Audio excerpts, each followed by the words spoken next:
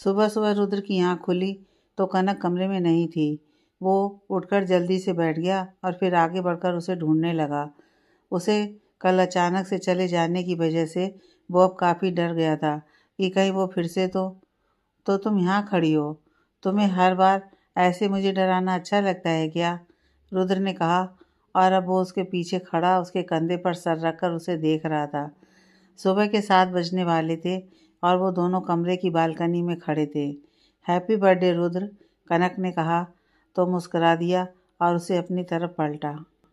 बस इतना ही? मेरा गिफ्ट कहाँ है? उसने कहा।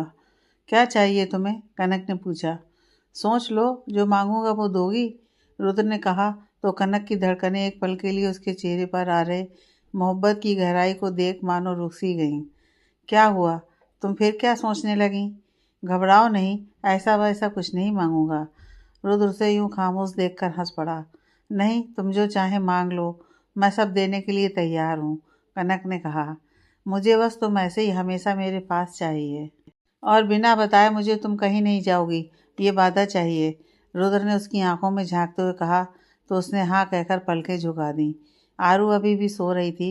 वैसे रिटर्न गिफ्ट में क्या लोगी? रुद्र ने पूछा। Return gift? कनक ने चौंक कर उसे देखा। हाँ, अब वो तो तुम्हारा हक है। अच्छा चलो, मैं तुम्हें बता देता हूँ। शाम को मैंने और दादू ने पार्टी रखी है और सबको बताना है कि हमने शादी कर ली है। एक साथ दो खुशी, रुद्र ने कहा। पर कनक को जैसे एक धक्का सा महसूस हुआ कि सबको बताना है।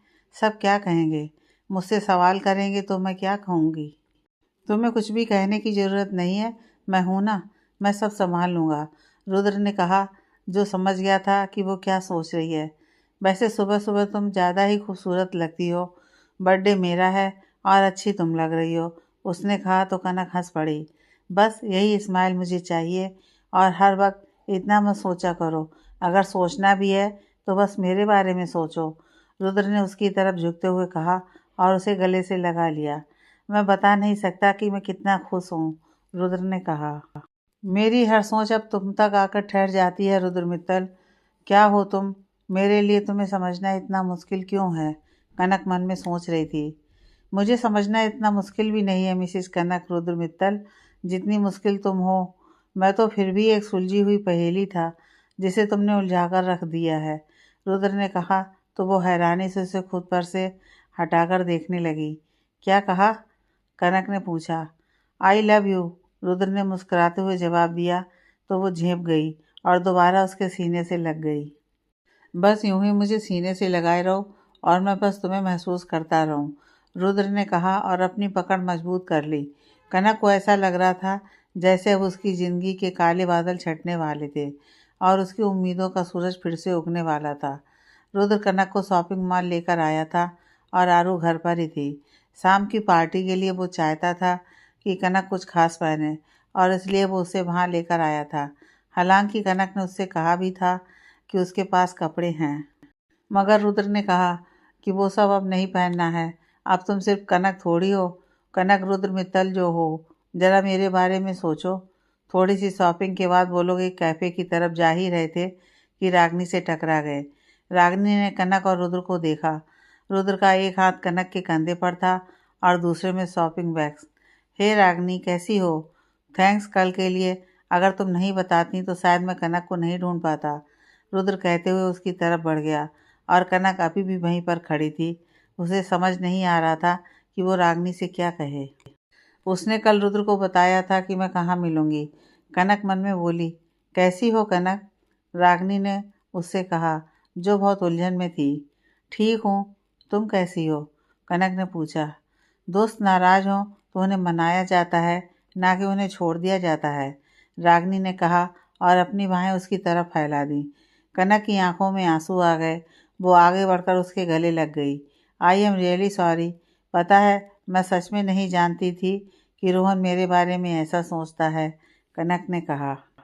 जानती तो मैं भी नहीं थी, पर फिर मैंने सोचा कि किसी तीसरे की वजह से हम अपनी दोस्ती क्यों तोड़ें, जो सालों पुरानी है। आई एम सॉरी टू यार, रागनी ने कहा।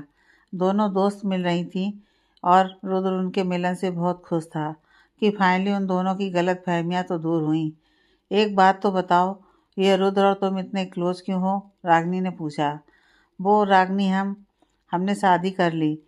रुद्र कनक को हिचकिचाते हुए बोलते देख खुद बोल पड़ा, जिस पर रागिनी ने हैरानी से उन दोनों को देखा। क्या तुमने शादी कर ली कनक, और वो भी रुद्र से? मुझे बताया भी नहीं। रागिनी ने अब कनक को देखा। सब कुछ इतनी जल्दी हुआ कि बताने का मौका ही नहीं मिला, कनक ने कहा। अब सारी बातें यही करनी है क्या? ऐसा है कि आज मेरा बर्थडे है, शाम को मेरी बर्थडे पार्टी है, तो तुम ज़रूर आना, बाकी बातें वहीं पर होंगी। हमें देर हो रही है, आरू मुझे बार बार दादू के नंबर से फ़ोन कर रही है, रुद्र ने कहा और कनक का हाथ पकड़कर चलने के लिए कहा। ओके बाय रागिनी, तुम आओगी ना? कनक ने चलते चलते कहा। हाँ ज़रूर आऊँगी, और मैं बहुत खुश हूँ तुम्हारे लिए, बहुत बहुत बधाई, रागिनी ने उससे दोबारा गले लगते हुए कहा। रुद्र और कनक वहाँ से चल पड़े और रागिनी मुस्कुराते हुए उन्हें देखने लगी। वो वहीं खड़ी रही, कुछ देर तक उन्हें जाते देख रही थी। वो दोनों सच में एक साथ बहुत अच्छे लग रहे थे। वो खुश थी और फिर आगे बढ़ गई। Happy birthday Rudra. मायरा, जो पहले से ही उनके इंतजार में घर पहुंची हुई थी, अचानक से रुद्र के गले लगकर उसे विश करते हुए बोली। थैंक्स, रुद्र ने कहा और उसे खुद से अलग किया। तभी मायरा की नज़र उसके हाथ पर पड़ी, जिसने कनक का हाथ पकड़ रखा था। वो कुछ हैरान हुई और फिर कनक को देखा।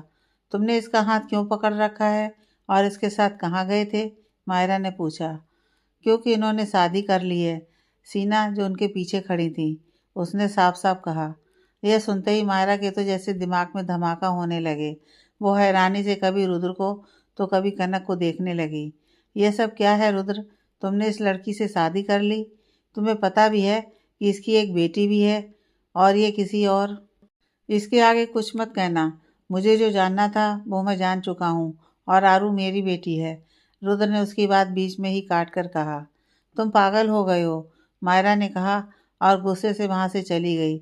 उसने जाते जाते अपने लाए गिफ्ट को टेबल पर से फेंक दिया, जिससे पूरा हॉल बिखर गया। मित्तल मेंशन मेहमानों से भरा हुआ था। चारों तरफ लाइट की चकाचौंध से माहौल जगमगा रहा था। रुद्र और कनक के आते ही सब लोग चौंक गए थे कि उन दोनों ने शादी कर ली। सबकी नज़र उन दोनों पर थी, और ख़ास तौर पर मीडिया की। उन्हें तो अपनी कवर पेज के लिए न्यूज़ मिल गई थी। तो मिस्टर रुद्र अपनी शादी कर ली, बताएंगे? अचानक से ही किसी को खबर भी नहीं होने दी, एक मीडिया कर्मी ने उससे पूछा। तो रुद्र, जो कनक का हाथ पकड़कर खड़ा था, हंस पड़ा। सी ग्रीन कलर की साड़ी पहने कनक बहुत अच्छी लग रही थी, और रुद्र ने ब्लैक कलर का सूट पहना हुआ था। दोनों एक साथ लवली कपल लग रहे थे। मिसेस डिसूजा तो अंदर ही अंदर उन दोनों की नज़र उतार रही थी। अगर मैं बता देता कि मैं और कनक शादी करने वाले हैं, तो आप लोग होने ही नहीं देते, रुद्र ने जवाब में कहा। तो वहाँ पर मौजूद सारे लोग हंस पड़े। केक कटने के बाद सारे मेहमान आपस में बिजी हो गए थे। रुद्र की मम्मी उन सबसे दूर दूर खड़ी थी। आरू दादा के साथ बिजी थी। रुद्र और कनक बाकी लोगों से मिल रहे थे। सब लोग उन्हें बधाई दे रहे थे। तभी किसी की आवाज़ सुनकर वो दोनों चौंक गए थे। Happy birthday Rudra, and many congratulation for your new life, Myra ने गिफ्ट का बड़ा सा पैकेट उन दोनों की तरफ बढ़ाते हुए कहा। तो रुद्र ने गिफ्ट ले लिया और थैंक्स कहा, पर उसे समझ नहीं आ रहा था कि अचानक से मायरा बदल कैसे गई। सुबह तो बहुत ड्रामा करके गई थी, और अब? मुझे माफ़ कर दो, सुबह जो मैंने कहा था उसके लिए आई एम रियली सॉरी। अब जब तुम दोनों एक दूसरे के लिए बने हो, तो मैं एतराज़ करने वाली कौन होती हूँ, मायरा ने कहा। कोई बात नहीं, थैंक्स कि तुम हमारी खुशी में शामिल होने आई। कनक ने आगे बढ़ उसे गले लगा लिया। इसमें बहुत ख़ास गिफ्ट है जो मैं तुम दोनों के लिए लाई हूँ, मायरा ने कहा। तो कनक ने दोबारा उसे मुस्कुराते हुए थैंक्स कहा। सब कुछ ठीक चल रहा था। मायरा और कनक बातें कर रही थीं। उसके बाद रुद्र और कनक को डांस के लिए फ्लोर पर बुलाया गया, जहाँ पहले से और भी कपल डांस कर रहे थे। दूर खड़ी रागिनी उन दोनों को देख रही थी और खुश भी थी। वहीं रोहन को उन दोनों को ऐसे देख काफ़ी गुस्सा आ रहा था, मगर उसके बस में कुछ भी नहीं था। रुद्र और कनक की अचानक से शादी की बात उसे अभी अभी पता चली थी। अगर पहले मालूम हो जाती तो वह ऐसा कभी नहीं होने देता। रुद्र और कनक अब डांस कर रहे थे, और आरू दादू के साथ खड़ी ताली बजा रही थी। गाने की बीट पर नाचते हुए कनक और रुद्र एक दूसरे में खोए हुए थे। जिंदगी उसके आने से अब बदलने लगी थी। वो खुश थी उसे पाकर। कभी सोचा नहीं था कि अचानक की मुलाकात यहाँ पर आकर ख़त्म होगी। वो रुद्र को देखते हुए सोच रही थी, जिसने उसका हाथ बहुत मजबूती से पकड़ रखा था। तो तुम खुश हो? रुद्र से पूछ रहा था। हाँ बहुत, कनक ने कहा। तो कहो, रुद्र ने कहा। क्या कहूँ? वही जो मैं सुनना चाहता हूँ। और दूर खड़ी मायरा अजीब तरीके से मुस्कुराती हुई उन दोनों को देख रही थी। न जाने उसके मन में क्या चल रहा था। उसके बाद कनक कनक, रुद्र चिल्लाते हुए उसे थाम रहा था, जो बेहोश हो उसकी बाहों में गिर पड़ी थी। उसके मुंह से झाग निकल रहे थे और आंखें बंद थीं। वहीं आरू, दादू और बाकी लोग उसकी तरफ भागते हुए आए थे। सब उसे होश में लाने की कोशिश कर रहे थे, मगर वो अब तक बस आंखें बंद किए हुई थी। कुछ देर पहले मायरा ने उसकी तरफ जो ड्रिंक का गिलास बढ़ाया था, उसमें उसने जहर मिला दिया था और इसलिए वो यहाँ आई थी। मैंने तुम्हारे लिए बहुत सी कुर्बानी दी है रुद्र। कोई इतनी आसानी से तुम्हें मुझसे छीन ले, ये मैं कैसे होने दे सकती हूँ। दूर खड़ी मायरा इस तमाशे को एंजॉय करते हुए सोच रही थी। रुद्र कनक को गोद में उठाकर बाहर की तरफ बढ़ रहा था और फिर मायरा जल्दी से आगे बढ़कर उसकी मदद करने लगी। उसने जल्दी से गाड़ी निकाली और रुद्र कनक को उसमें लेकर बैठ गया। वो लोग अब हॉस्पिटल के लिए निकल पड़े थे। कनक इमरजेंसी रूम में थी और रुद्र दीवार से टेक लगाए खड़ा बेचैनी से डॉक्टर का बाहर आने का इंतजार कर रहा था। भाई आरू का रो रो कर बुरा हाल हो रहा था, जैसे दादू और सीना चुप करा रहे थे। भाई मायरा एक बेंच पर बैठी हुई थी और रुद्र को देख रही थी। बस कुछ देर और, उसके बाद ये कनक हमेशा हमेशा के लिए हमारी ज़िंदगी से चली जाएगी रुद्र। उसके बाद तुम्हें मेरे पास ही आना होगा और मैं हूँ ना, मैं तुम्हें संभाल लूँगी। वो मन ही मन सोच रही थी। कनक को जहर दिया गया था, जिसकी वजह से उसकी ऐसी हालत थी। अस्पताल पहुँचते पहुँचते काफ़ी देर हो गई थी, जिससे जहर उसके पूरे शरीर में फैल गया था। डॉक्टरों ने कहा था कि उसे बचाना बहुत मुश्किल है, मगर वह अपनी पूरी कोशिश कर रहे थे। दादू बताए ना मम्मी को क्या हुआ है? वो ठीक तो हो जाएंगी ना? आरू दादू से रोते हुए पूछ रही थी। कुछ नहीं हुआ है बेटा, वो ठीक हो जाएगी। जिसने कभी किसी का कुछ नहीं बिगाड़ा, उसका कोई क्या बिगाड़ सकता है? दादू ने उससे कहा था। और नहीं तो क्या, वो बिल्कुल ठीक है। बस अभी हम उससे मिलने जाएंगे। सीना ने भी उसे समझाते हुए कहा और उसके सर पर हाथ फेरा। वो भी बहुत परेशान थी कि यह सब कैसे हो गया आखिर। हालांकि वो कनक को बिल्कुल भी पसंद नहीं करती थी, मगर इसका मतलब यह नहीं था कि वो चाहती थी कि उसके साथ कुछ ऐसा हो। और फिर रुद्र ने उससे शादी कर ली थी, तो आखिर में उसने सोचा था कि वो अपने बेटे की खुशी में ही खुश रहेगी। अगर उसे कोई प्रॉब्लम नहीं है, तो फिर मुझे भी नहीं होनी चाहिए। मगर यहाँ पर तो मामला ही कुछ और हो गया था। ऊपर से पुलिस भी वहाँ पर पहुँच गई थी, क्योंकि ये एक अटेम्प्ट टू मर्डर केस था और कुछ ऑफिसर उनके घर पर लोगों से पूछताछ और जांच पड़ताल कर रहे थे। इन सब के बीच से गुजरती हुई कनक जिंदगी और मौत के बीच लड़ रही थी। इमरजेंसी रूम में डॉक्टर और कनक दोनों के बीच जंग हो रही थी, जिंदगी और मौत की। वो बदहवास हालत में आंखें बंद किए किसी दूसरी दुनिया में जा रही थी। कनक कनक कनक, आंखें खोलो, देखो मैं हूँ, उसने कहा था। और आवाज़ सुनकर कनक ने अपनी आंखें खोली थीं। धीरे धीरे उसे देखा था, वो उसके पास खड़ा था। उसने उसके सर पर हाथ रखते हुए उसका माथा चूमा और मुस्कुरा दिया। राजीव, ये तुम हो? तुम जिंदा हो? तुम तो मर गए थे ना, फिर कैसे? उसने पूछा था और उसे सामने देखकर उसकी आंखें नम हो गई थीं। हाँ, मर तो गया था, मगर अब वापस आ गया हूँ और मेरे होते हुए तुम्हें कुछ नहीं हो सकता। अगर तुम्हें कुछ हो गया तो फिर हमारी बेटी का क्या होगा? उसका ख्याल कौन रखेगा? राजीव ने कहा। पर तुम कहाँ चले गए थे? पता है, मैं तुम्हारे बिना नहीं रह सकती। मुझे और आरू को भी अपने साथ ले चलो, बस मुझे यहाँ नहीं रहना, कनक ने कहा और चारों तरफ देखा, जहाँ सफ़ेद धुआं फैला हुआ था। पगली लड़की, तुम मेरे साथ नहीं चल सकती। अभी तो तुम्हें बहुत कुछ देखना है, पूरी ज़िंदगी जीनी है। और फिर राजीव कहते कहते उसे अपने गले से लगाते हुए उस धुएं में कहीं गायब हो गया। तो कनक उसके पीछे पीछे भागते हुए चिल्लाते हुए दौड़ती हुई जा रही थी, मगर वो नहीं रुका, कहीं गायब हो गया था। राजीव राजीव, कनक बस चीखते हुए उसे बुला रही थी, मगर वो नहीं था वहाँ पर। बस चारों तरफ धुआं धुआं सा था। पेशेंट की हालत क्रिटिकल होती जा रही है, हार्ट बीट काम नहीं कर रही है सर, एक डॉक्टर ने दूसरे डॉक्टर से कहा। फिर एक दो तीन करके उसे करंट लगा रहे थे और वो हवा में उछल रही थी। डॉक्टर कभी कनक को तो कभी उसकी हार्ट बीट को मशीन में देख रहे थे। ऑक्सीजन लेवल भी हाई था, मगर कुछ भी काम नहीं कर रहा था। लग रहा था कि अब वो उसे नहीं बचा पाएंगे। इधर रुद्र को समझ नहीं आ रहा था कि आखिर उसे जहर दिया किसने। पूरा टाइम तो वो उसके साथ ही था। कहीं मायरा ने तो, उसने सोचा, मगर फिर सर झटक दिया कि मायरा ने ही तो उसे यहाँ पर लाने में मदद की थी। वो ऐसा क्यों करेगी? रुद्र, डोंट वरी, वो ठीक हो जाएगी। मायरा ने उसके कंधे पर हाथ रखा तो वो जो सोच रहा था उसने उसे पलट कर देखा। वो बहुत बेबस महसूस कर रहा था। कुछ भी कहने की उसमें हिम्मत नहीं थी। वो हाँ कहकर रह गया और दोबारा इमरजेंसी रूम की तरफ देखने लगा। तभी उसका दरवाज़ा खुला था और डॉक्टर बाहर आए थे। तो वो मायरा का हाथ हटाते हुए आगे उनकी तरफ बढ़ गया था। डॉक्टर, कैसी है वो? सी इज़ फाइन नाउ। क्या वो अब ठीक है? वो बड़ी ही बेचैनी से पूछ रहा था। मिस्टर रुद्र, वो ठीक तो है, पर उन्हें होश में लाने में कुछ वक्त लगेगा। जहर किसी ड्रिंक में दिया गया था तो पूरी तरह शरीर में फैल चुका है। अगले 24 घंटे में अगर उन्हें होश नहीं आया तो हम उन्हें नहीं बचा सकते हैं। डॉक्टर कहते हुए वहाँ से चले गए थे और रुद्र ने इमरजेंसी रूम की खिड़की से झांक कर उसे देखा, जो बेहोशी की हालत में बेड पर पड़ी थी। वहीं बाकी लोग भी ये सुनकर चौंक गए थे। मम्मी, आप सब घर जाइए, मैं यहीं रुकूंगा कनक के पास, रुद्र अब सीना के पास आकर बोला था। रात के 3 बजने वाले थे। पर रुद्र, तुम्हें भी आराम की ज़रूरत है, यहाँ पर रुकने से कोई फ़ायदा नहीं है, सीना ने कहा। पर मैं उसे यहाँ पर अकेला छोड़कर नहीं जा सकता। आप आरू को लेकर घर जाइए, इसकी तबीयत यहाँ ख़राब हो सकती है, रुद्र ने कहा। पर मैं मम्मी को छोड़कर कहीं नहीं जाऊंगी, आरू ने बीच में ही कहा था।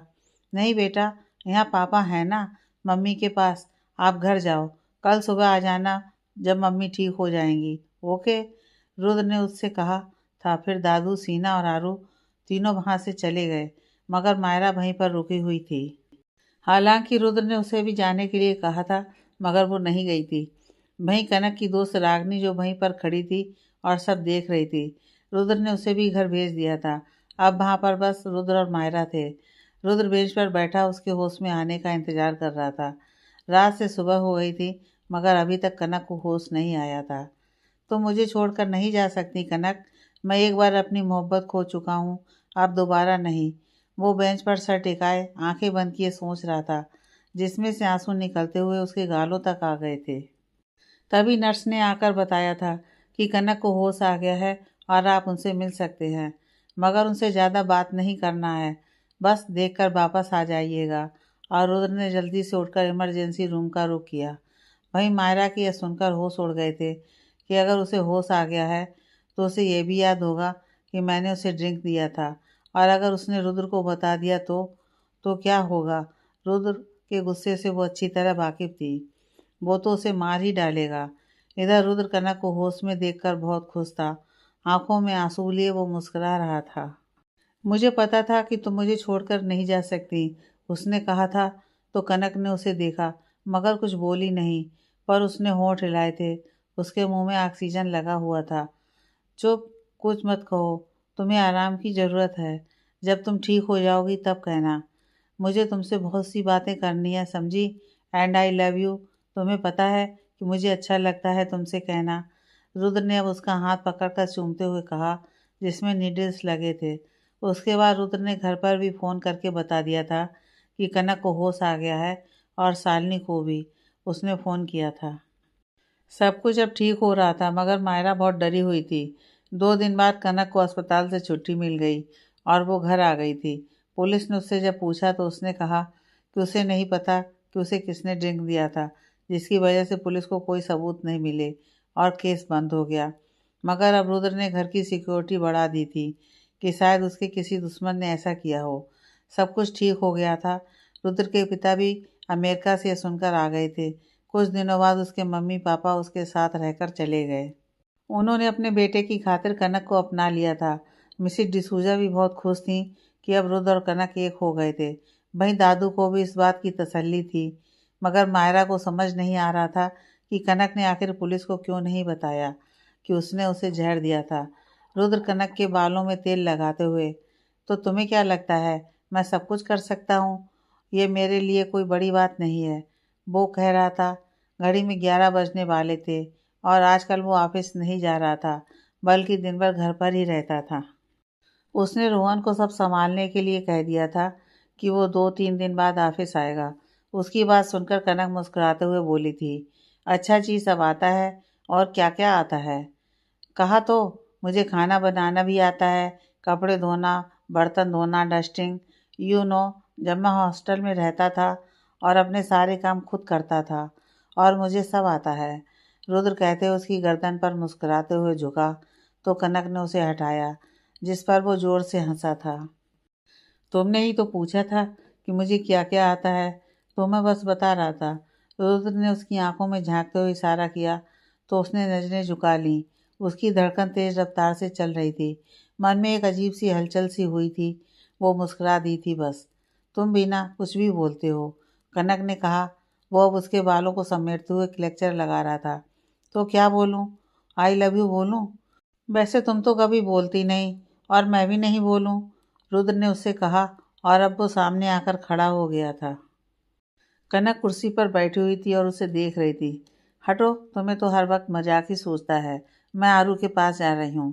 कनक उठते हुए उसे हटाकर आगे बढ़ते हुए बोली, मगर उसने खींचकर उसे अपनी बाहों में भर लिया।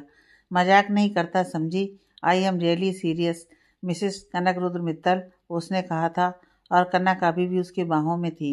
एक अजीब सा सुकून महसूस होता था उसे जब वो उसे अपने गले से लगाता था। तो रुद्र, कनक ने कहा। हाँ, रुद्र ने कहा। कोई आ जाएगा, कमरे का दरवाज़ा खुला है, छोड़ो मुझे। तो आ जाने दो। आरू आ जाएगी तो क्या हुआ, हम उसके मम्मी पापा हैं, इसमें गलत क्या है? वैसे भी अब मैं तुम्हें बिल्कुल भी नहीं छोड़ने वाला। रुद्र, कनक, मैं आती हूँ, उसने कहा, और उसे खुद से जल्दी से हटाते हुए अलग किया और कमरे से बाहर निकल गई थी। और वो खड़ा वहीं पर उसे जाते देखता हुआ मुस्कुराते हुए अपने बालों में उंगलियां फेरते हुए उसके पीछे पीछे चल पड़ा था। इधर मायरा का तो जैसे सारा सुकून ही ख़त्म हो गया था। उसे समझ नहीं आ रहा था कि आखिर कनक ने उसका नाम क्यों नहीं लिया। आखिर उसने ऐसा क्यों किया? उसने रुद्र को क्यों नहीं बताया कि मैंने ही उसे जहर दिया था, या फिर वो सही मौके का इंतज़ार कर रही है?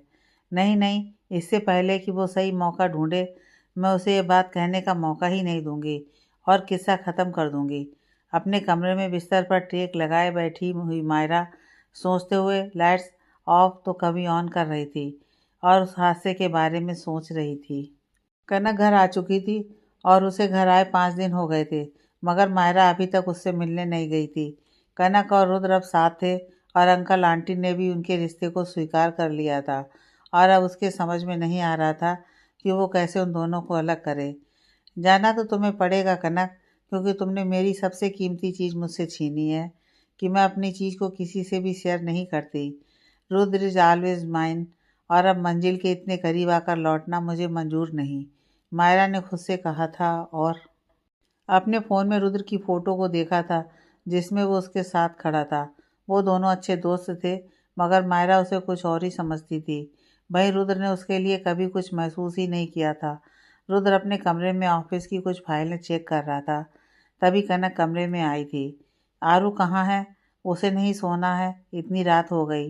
रुद्र ने बिना फाइलों पर से नज़र हटाए उसे देखा था, जो कुछ कसमकस में थी। नहीं, वो कहती है कि अब मैं बिग गर्ल हो गई हूँ, तो मम्मी पापा के साथ नहीं सोऊंगी, उसे अपना कमरा चाहिए अब।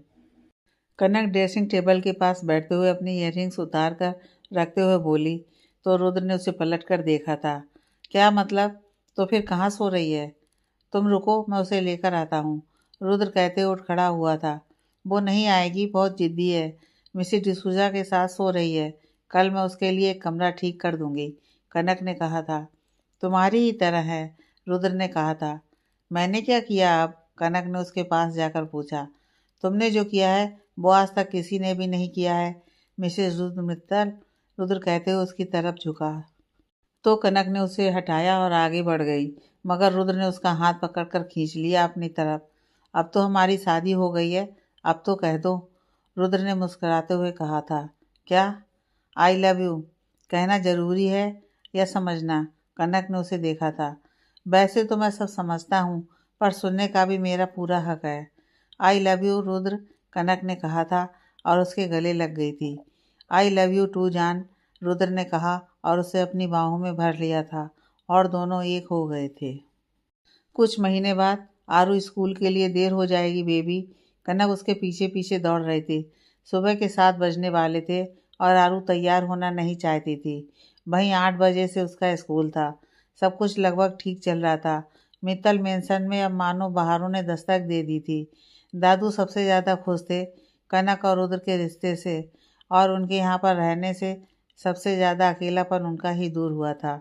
रुको तो सही, कनक ने आरू को पकड़ लिया और वो ज़ोर से चिल्लाई थी, पापा। क्या हुआ है कनक, उसे क्यों तंग कर रही हो? रुद्र ने कहा था, जो अभी अभी बाग पर से आया था। कनक ने उसकी बात पर हैरानी से देखा था। मैं तंग कर रही हूँ? पिछले आधे घंटे से मुझे पूरे घर में भगा रही है, कनक ने कहा। क्यों आरूही बेटा, आप मम्मी को तंग करती हो? रुद्र ने उसके पास जाकर कहा। मैंने कुछ नहीं किया, मम्मी मुझे तंग करती हैं, आरू ने कहा। तो रुद्र हंसते हुए कनक को देखने लगा। हाँ, तुम भी हंस लो, मैं जा रही हूँ, बस अब तुम ही इसे तैयार करके स्कूल भेजना, कनक कहते हुए वहाँ से चली गई थी।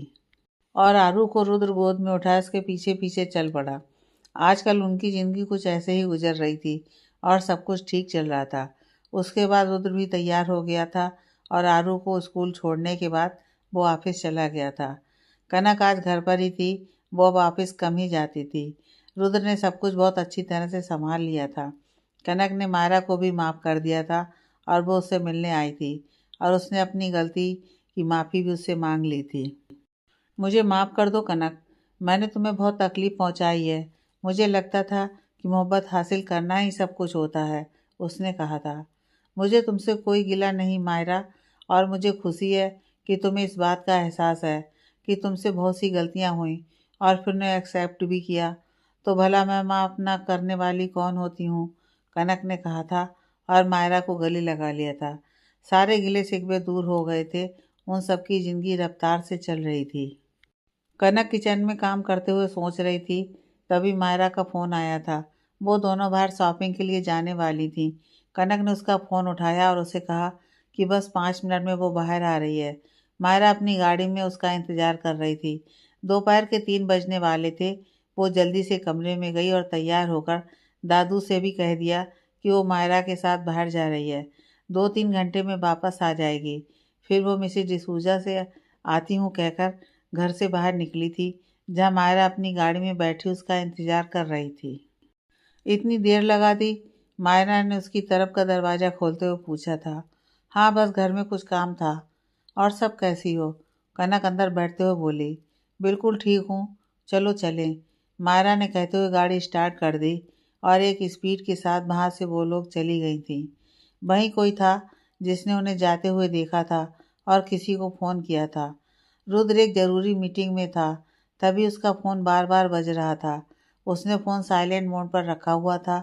मीटिंग ख़त्म होने के बाद जब वो बाहर आया तो उसने देखा कि किसी अनजान नंबर से कॉल आई थी। उसने उसे कॉल बैक किया था। रिंग जा रही थी और तभी किसी ने रिसीव किया। हेलो, कौन बोल रहा है, रुद्र ने पूछा था। मुझे छोड़ो, उसकी फ़िक्र करो, उसे पहचानो कि वो कौन है, दूसरी तरफ से आवाज़ आई। क्या मतलब है इसका, मैं कुछ समझा नहीं। कौन हो तुम, क्या बोल रहे हो, रुद्र ने पूछा। मैं जो कोई भी हूँ, उससे ज़्यादा ज़रूरी बात तुम्हारे फ़ोन पर भेजी है, उसे देख लो, सारी कन्फ्यूज़न दूर हो जाएगी। दूसरी तरफ के आदमी ने इतना कहकर फ़ोन काट दिया था और उसके बाद रुद्र हेलो हेलो करता रह गया। उसने उसे दोबारा कॉल लगाई मगर उसका फ़ोन नॉट रीचेबल आ रहा था। फिर रुद्र ने अपने फ़ोन पर जब व्हाट्सएप ऑन करके देखा तो उस पर उसी नंबर से 2-3 वीडियोज़ आई हुई थी। उसने उन्हें ऑन किया तो उसे देखते ही हैरान रह गया। उसमें वही वीडियोज़ थीं जिसमें कनक को मायरा ने स्विमिंग पूल में धक्का दिया था। दूसरी वीडियो में उसने ही उसको ड्रिंक में कुछ मिलाया था। तीसरी वीडियो में उसने मन्नत का एक्सीडेंट किया था जिसमें वो साफ साफ नज़र आ रही थी। और चौथे में उसने एक आदमी को गाड़ी से टक्कर मारी थी जो कि राजीव था, जिससे कनक शादी करने के लिए मुंबई आई थी। एक साथ इतने सारे गुनाह, रुद्र को कुछ भी समझ नहीं आ रहा था। उसका सर चकराने लगा।